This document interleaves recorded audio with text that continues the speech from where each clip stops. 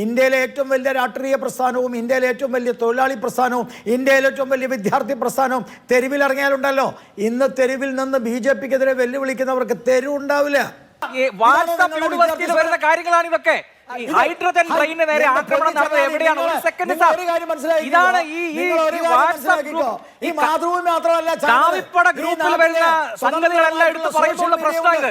Shri B Gopalakrishnan, അതിർത്തിയിലൊക്കെ ഉപയോഗിക്കുന്ന pellet gun ഉപയോഗിച്ച് വെടിവെച്ചാൽ ഈ യുവാക്കൾ ഭയപ്പെട്ടു പോകും, പേടിച്ചു പോകും എന്ന് കരുതിയോ? അല്ല, ഒറിജിനൽ ഗൺ ഉപയോഗിച്ച് വെടിവെച്ച് DYFക്കാരിലെ 10 പേരെ കൊന്ന ഒരു ഭരണകൂടം ഈ കേരളത്തിലുണ്ടായിരുന്നല്ലോ. അന്ന് ഭയക്കാത്ത യുവജനത ഇന്ന് ഭയക്കുമെന്ന് ആരും വിചാരിക്കുന്നില്ല.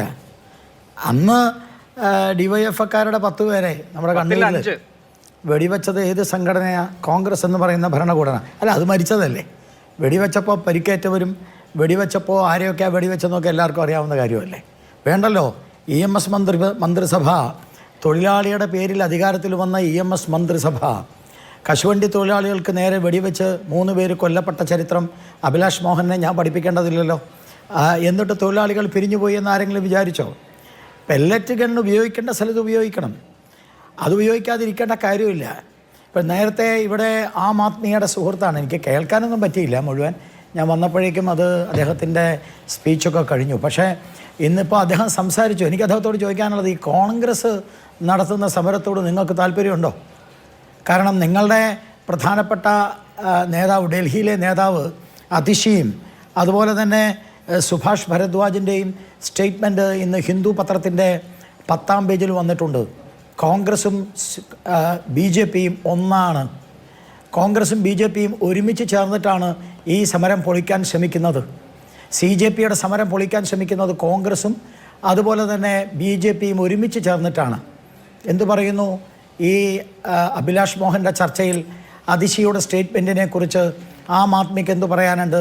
BJPയും കോൺഗ്രസും ഒന്നിച്ച് ചേർന്നിട്ടാണോ സമരം പൊളിക്കാൻ ശ്രമിക്കുന്നത്? ഈ CJPയുടെ സമരം പൊളിക്കാനാണോ രാഹുൽ ഗാന്ധി വന്നത്? എന്തായാലും ഉത്തരം അദ്ദേഹം പറയട്ടെ.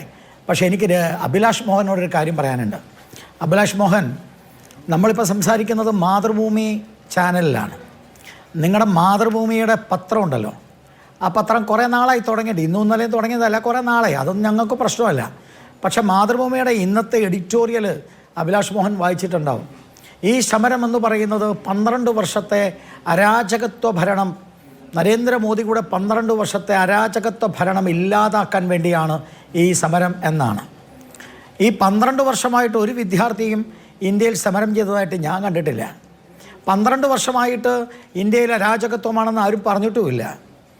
ഭാരതത്തിൻ്റെ കടക്കണിയിൽ നിന്ന് ഭാരതത്തെ ഇന്ത്യയുടെ ലോകത്തിലെ 4ാമത്തെ സാമ്പത്തിക ശക്തിയായി ഉയർത്തിയ അഴിമതിരഹിതമായ ഒരു ഭരണം കഴിഞ്ഞ 12 വർഷമായി നടത്തുന്ന, ലോകം മുഴുവനും അംഗീകരിക്കപ്പെട്ട നരേന്ദ്രമോദി സർക്കാരിനെ ഈ എന്താ പറയുക, അങ്ങ് ഇല്ലാതാക്കാൻ വേണ്ടിയിട്ട്, അങ്ങ് അരാജകത്വത്തിൻ്റെ പേര് പറഞ്ഞ് നാട്ടിൽ അരാജകത്വം ഉണ്ടാക്കി ഇല്ലാതാക്കാനാണ് മാതൃഭൂമിയുടെ എഡിറ്റോറിയൽ എന്ന് എഴുതിയിരിക്കുന്നത്. അപ്പോൾ സമരത്തിൻ്റെ ലക്ഷ്യമൊക്കെ വളരെ വ്യക്തമാണ്.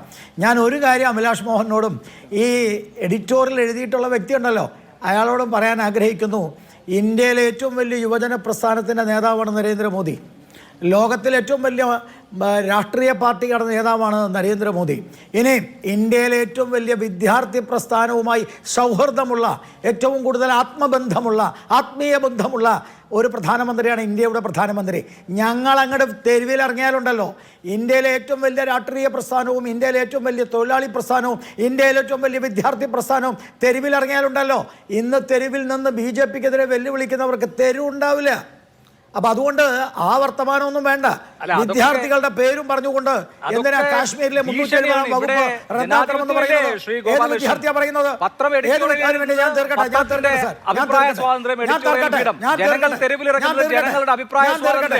ഞങ്ങൾക്കാണ് വലിപ്പം, ഞങ്ങൾക്കാണ് ശക്തി, ബാക്കി തെരുവിലിറങ്ങുന്ന ആളുകളെയൊക്കെ അങ്ങ് നിഷ്കാസനം ചെയ്ത് പറയാം. അത്രേ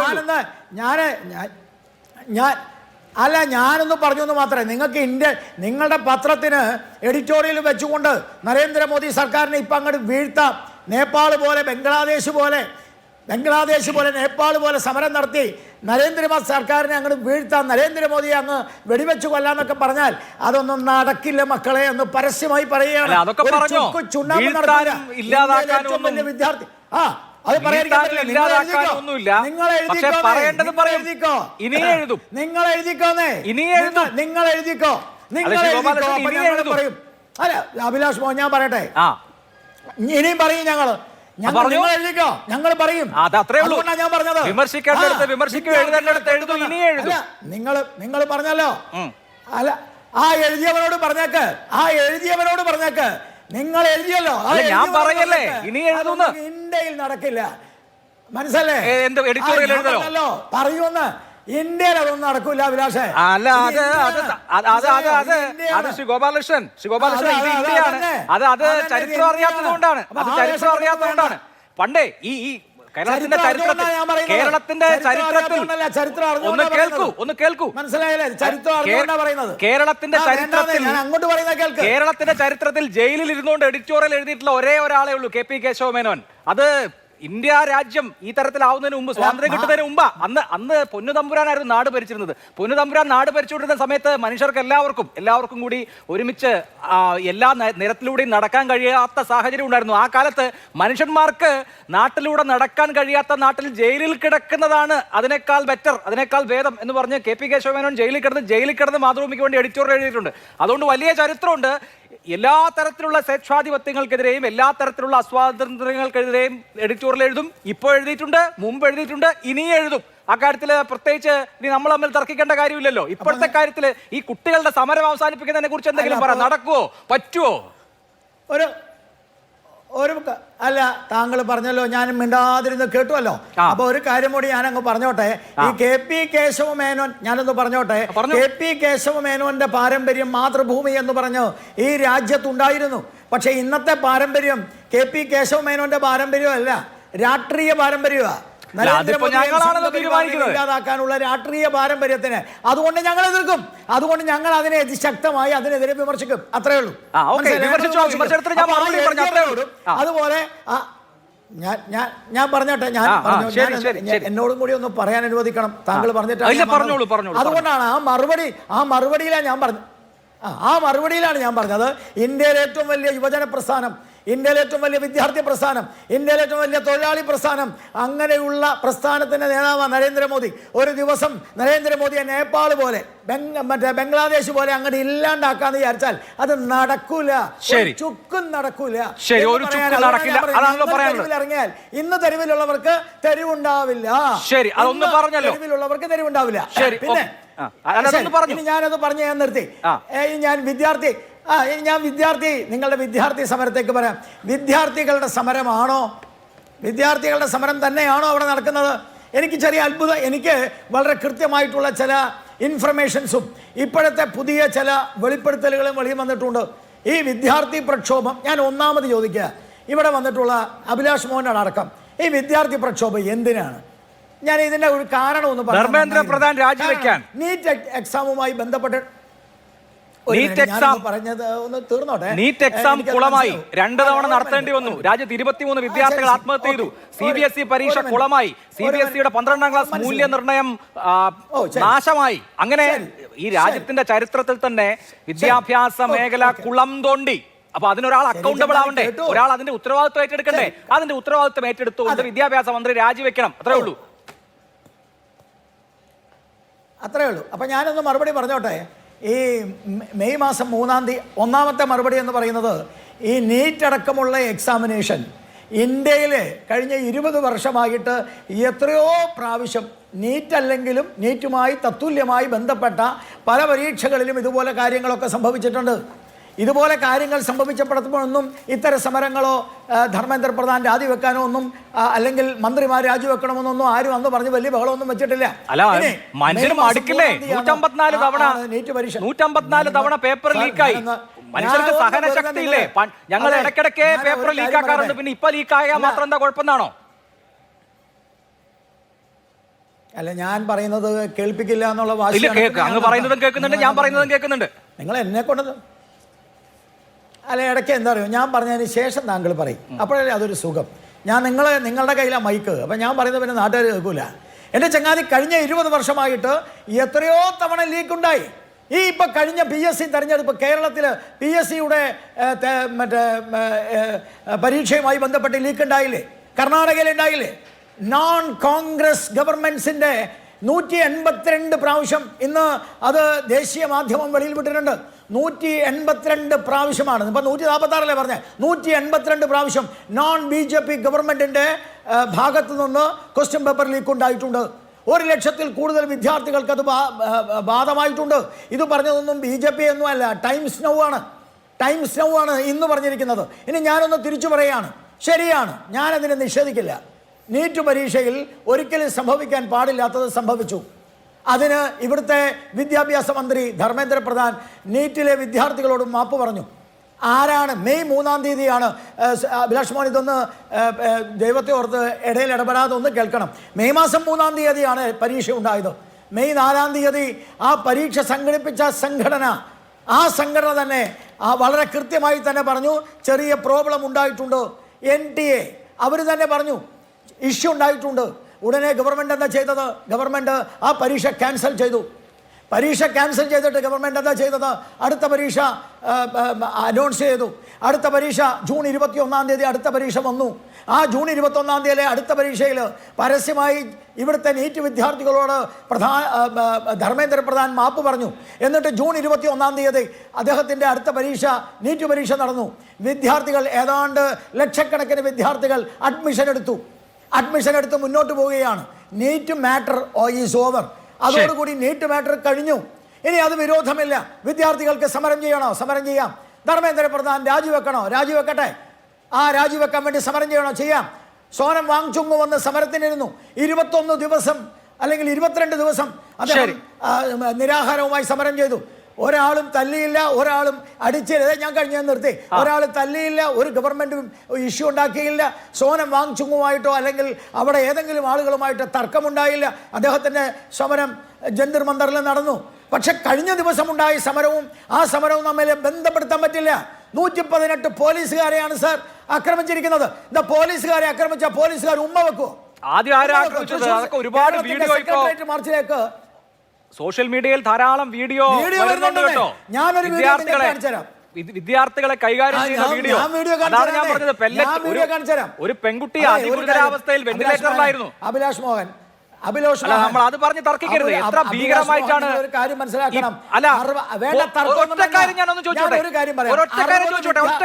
മറ്റതിഥികളിലേക്ക് കൂടെ ചോദിച്ചോട്ടെ. ഇപ്പൊ പോലീസ് അക്രമം നടത്തിയ വിദ്യാർത്ഥികളെ അവര് ബാറ്റൺ ചാർജ് ചെയ്തു, അതല്ലെങ്കിൽ അവര് തടഞ്ഞു. മനസ്സിലാക്കാം, അത് നമ്മൾ ഇവിടെയും കണ്ടിട്ടുണ്ടല്ലോ. പോലീസ് വലിയ കല്ല് പെറുക്കി എറിയുന്നത് കണ്ടിട്ടുണ്ടോ നമ്മൾ ആരെങ്കിലും? ഡൽഹി പോലീസ് കല്ല് വലിച്ചെറിയുന്ന എത്ര വീഡിയോ വന്നു? പോലീസ് ആരെ കല്ലെറിഞ്ഞിട്ട് കല്ലുകൊണ്ട് പലർക്കും തലയ്ക്ക് പരിക്കേറ്റല്ലോ, പോലീസുകാർക്കടക്കം. പോലീസ് കല്ലെറിയുന്നത് നമ്മൾ കണ്ടിട്ടുണ്ടോ ശ്രീ ഗോപാലകൃഷ്ണൻ? വലിയ പാറ കഷ്ണങ്ങൾ എടുത്ത് വിദ്യാർത്ഥികൾക്ക് പോലീസ് എറിയുന്നത് നമ്മൾ കണ്ടിട്ടുണ്ടല്ലോ. മറുപടി പറഞ്ഞോട്ടെ. നിങ്ങളുടെ ഡൽഹിയിലെ ലേഖകനും ഈ കേരളത്തിലെ റിപ്പോർട്ടർ ചാനലിലെ ലേഖകനും പറഞ്ഞുകൊണ്ടിരുന്നത് എന്താണെന്ന് ഈ കേരളത്തിലെ മലയാളികളൊക്കെ കണ്ടു. എന്താ പറഞ്ഞത്? പാറക്കല്ലെടുത്ത് എറിയുകയാണ്. അയ്യോ, എനിക്ക് പാറക്കല്ലിൻ്റെ ഏറ് കിട്ടി. ആർക്കാ? ഈ ഒരു മാധ്യമ പ്രവർത്തകന് പാറക്കല്ലിൻ്റെ ഏറ് കിട്ടി. അയാളുടെ പേര് വേണമെങ്കിൽ ഞാൻ നിങ്ങളോട് പറഞ്ഞുതരാം. ആ പാറക്കല്ലിൻ്റെ ഏറ് അയാൾക്കും കിട്ടി, കേരളത്തിലെ മാധ്യമ പ്രവർത്തകനും കിട്ടി, സകല ആളുകൾക്കും കിട്ടി. ഒരു പക്ഷെ പോലീസ് അങ്ങോട്ട് എറിയുണ്ടാവും. ഇത് ഗോപാലകൃഷ്ണൻ പറഞ്ഞതല്ല, ഇത് റിപ്പോർട്ടർ ചാനലിന്റെയും മാതൃഭൂമി ചാനലിന്റെയും കേരളത്തിലെ മലയാള ചാനലിന്റെ ആളുകൾ പറഞ്ഞതാണ്. ഇനി ഞാൻ വേറൊരു കാര്യം ചോദിക്കട്ടെ. വളരെ ടൈംസ് നൗവിന്റെ മറ്റേ മാധ്യമ പ്രവർത്തക, ആ ടൈംസ് നൗവിന്റെ മാധ്യമ പ്രവർത്തക ഷഫീര നീഗം, ആ ഷഫീര നീഗം ആക്രമിച്ചതാരാ? ഇന്ന് ടൈംസ് നൗ രംഗത്ത് വന്നിട്ടുണ്ടല്ലോ. അവര് അഭിലാഷ് മോഹനെ പോലെയുള്ള മാധ്യമ പ്രവർത്തകയല്ലേ? അവരെ ആക്രമിച്ചതാരാ? വിദ്യാർത്ഥിയുടെ പേര് പറഞ്ഞിട്ട് ഈ അവരെ ആക്രമിച്ചോ? എനിക്കറിയില്ല. അരാജകത്വം സൃഷ്ടിക്കാൻ ശ്രമിക്കുന്നവരാണ്. ശരി. ആക്രമിച്ചോ? നിങ്ങൾ ടൈംസ് നൗ പോയി നോക്ക്. അവരുടെ പേരാണ് ഞാൻ നിങ്ങളോട് പറഞ്ഞത്. അവർ ഈ ടൈംസ് നൗവിനെ റിപ്പബ്ലിക് ടിവി ഒക്കെ ബിജെപി ആയിട്ട് തന്നെയാണ് കാണുന്നത്. അല്ല അത് നിങ്ങൾക്ക് അങ്ങനെ പറയാമോ? ഞാൻ സിമ്പിൾ ആയിട്ടൊരു കാര്യം ചോദിക്കാം, ഒരൊറ്റ കാര്യം ചോദിക്കാം.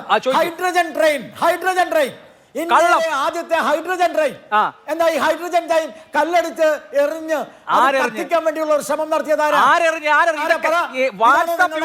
വരുന്ന കാര്യങ്ങളാണ് ഇതൊക്കെ. ഹൈഡ്രജൻ ട്രെയിനിന് നേരെ ആക്രമണം നടന്നത് എവിടെയാണ്? ഒരു സെക്കൻഡ് സാർ, ഇതാണ് ഈ മാതൃഭൂമി മാത്രമല്ല കാവിപ്പട ഗ്രൂപ്പിൽ വരുന്ന സംഗതികളെല്ലാം എടുത്ത് പറയുമ്പോൾ പ്രശ്നം ഇത്. ഈ ഹൈഡ്രജൻ ട്രെയിനിന് നേരെ കല്ലെറിഞ്ഞത് എവിടെയാ? ഹൈഡ്രജൻ ട്രെയിനിനെതിരെ കല്ലെറിഞ്ഞത് എവിടെയാ? അത് പാറ്റ്നയിലാണ്. അതെപ്പോ ഹൈഡ്രജൻ ട്രെയിനിന് നേരെ? ഒരു സെക്കൻഡ് സാർ, അതൊന്നും ഡൽഹിയിലെ സമരവുമായി ബന്ധപ്പെട്ട് നടന്നതല്ല. അക്രമം അഴിച്ചുവിടാൻ ഡൽഹിയിലെ സമരവുമായി ബന്ധപ്പെട്ട് നടന്നതല്ല ഈ ഹൈഡ്രജൻ ട്രെയിനിന്റെ ആക്രമണം. ഡൽഹിയിലെ 118 പോലീസുകാർ ഇടവേളയിലേക്ക് പോകുന്ന ഒരു കാര്യം പറയാൻ, ഹൈഡ്രജൻ ട്രെയിനിന്റെ കാര്യം ഒറ്റ കാര്യമുള്ളൂ. അതായത് ഈ പാറ്റ്നയിൽ, ബീഹാറിൽ, ഒരു സെക്കൻഡ് സാർ കേൾക്കൂ, ബീഹാറിൽ ഏതോ ഒരു പ്രത്യേക പോലീസിലേക്കാണോ തോന്നുന്നു ഒരു റിക്രൂട്ട്മെന്റ് പരീക്ഷ നടക്കുന്ന ദിവസം ട്രെയിൻ വൈകിയത് കൊണ്ട് ഈ ഉദ്യോഗാർത്ഥികൾക്ക് സമയത്ത് പരീക്ഷയ്ക്ക് എത്താൻ പറ്റാത്തത് കൊണ്ട് അതിൽ രോഷാകുലരായ ആളുകൾ ഈ പാറ്റ്നയിൽ, ബീഹാറിൽ ട്രെയിനിന് നേരെ കല്ലെറിഞ്ഞ കുറച്ചു നാൾ മുമ്പത്തെ കല്ലെറിന്റെ വിഷയമാണ് ഡൽഹിയിലെ കുട്ടികൾ ട്രെയിനിന് നേരെ കല്ലെറിഞ്ഞു, ഹൈഡ്രജൻ ട്രെയിൻ നശിപ്പിച്ചു എന്നൊക്കെ പറഞ്ഞ് പറയുന്നത്. അങ്ങനെയല്ല, ഡൽഹിയിലെ സമരം ചെയ്ത വിദ്യാർത്ഥികൾ ഹൈഡ്രജൻ ട്രെയിനിന് നേരെ ആക്രമണം നടത്തിയിട്ടില്ല. അത് ബീഹാറിൽ കുറച്ചു ദിവസം മുമ്പ് നടന്ന കാര്യമാണ്. തികച്ചും വ്യത്യസ്തമായ സാഹചര്യത്തിലാണ് സംഭവം ഉണ്ടായിട്ടുള്ളത്. തികച്ചും വ്യത്യസ്തമായ സാഹചര്യത്തിൽ 63 വാഹനങ്ങളാണ് തകർത്തത്. ഹൈഡ്രജൻ ട്രെയിനില്ലേ? 63 വാഹനങ്ങളാണ് ഡൽഹിയിൽ തകർത്തിരിക്കുന്നത്. അഭിലാഷ് മോഹൻ, പോലീസ് തന്നെ തകർക്കുന്ന വിഷയമുണ്ട്. പോലീസ് രാത്രി കൊണ്ട് കണ്ണാടി കുത്തിപ്പൊട്ടിക്കുന്ന വിഷയമുണ്ട്. പോലീസ് രാത്രി കൊണ്ട് കണ്ണാടി കുത്തിപ്പൊട്ടിക്കുന്ന വിഷയമുണ്ട്. സാധാരണക്കാരുടെയും 63 വാഹനങ്ങളാണ് തകർത്തത്. 63 വാഹനം ആര് തകർത്തു? അതൊക്കെ അന്വേഷിക്കണം. അന്വേഷിച്ച് വന്നാൽ മനസ്സിലാവും. ഒരിക്കലും ഇടവേള അത്യാവശ്യമാണ്. ഇടവേളയ്ക്ക് ശേഷം ഞാൻ വരാം, നമുക്ക് തർക്കിക്കാം.